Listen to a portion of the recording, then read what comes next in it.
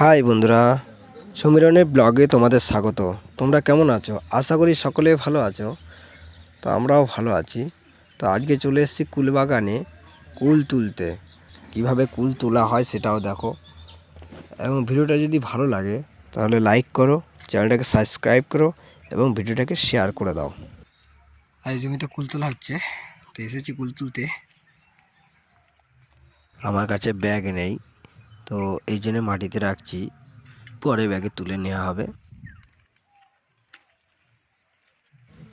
কুলের সাইজগুলো দেখেছো বন্ধুরা? পুরো আপেলের মতো লাগছে না?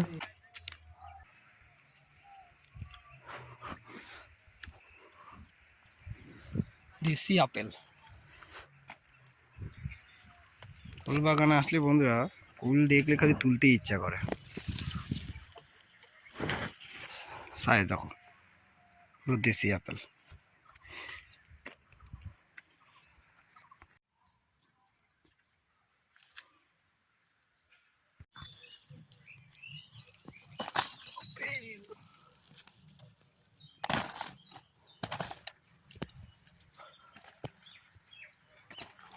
কিচ্ছু দেখা যায়।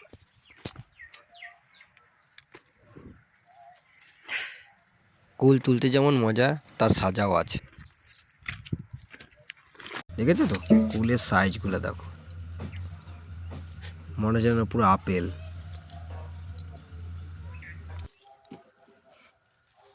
আমরা তো আর কাশ্মীরের আপেল গাছের আপেল তুলতে পারবো না, তো আমরা কুল তুলে আপেলের মজাটা নিয়ে নিচ্ছি। দিয়ে আসছি, দাঁড়াও আমি দিয়ে আসছি।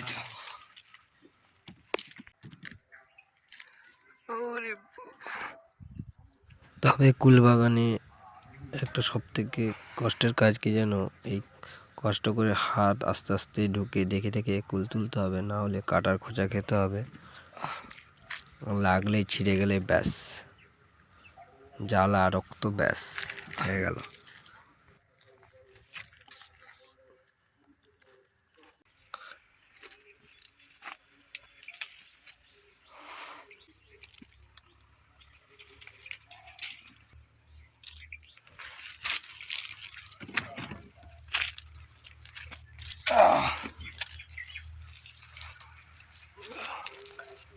বাগানের ভিতরে না সঠিকভাবে বসতে পারবে না দাঁড়াতে পারবে, যেখানে সেখানে কাটার খোঁচা খাবে, এটাই কষ্ট।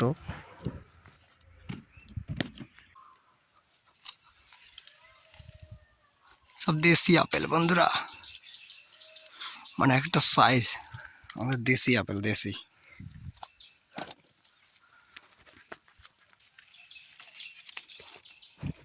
এই দেখো দেশি আপেল নিয়ে রেখেছো। একবারে ছোটগুলো তুলবি না। ছোট কোথায়, এই যে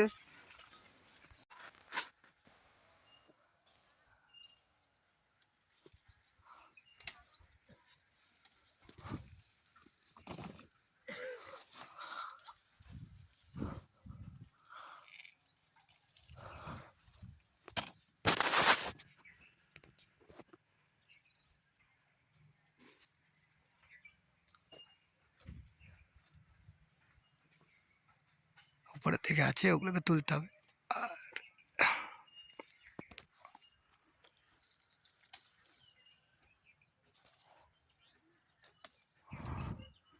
বন্ধুরা সব তুলে এসে গেছে, সব দেশি আপেল, এক একটা সাইজ। এই ব্যাগ এনেছি, এটা খালি করতে হবে।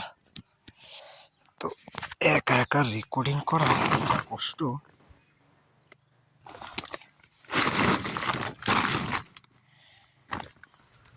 বন্ধুরা কুল তোলা হয়ে গেছে, তো তোমরা দেখলে কিভাবে কুল তুললাম, সেই কষ্ট করলাম, কাটা ছিঁড়াছিঁড়ি রক্ত বেরিয়ে গেল। তো বন্ধুরা আজকের মতো এই পর্যন্তই, আবার দেখা হচ্ছে পরবর্তীকালের অন্য কোনো ভিডিওতে।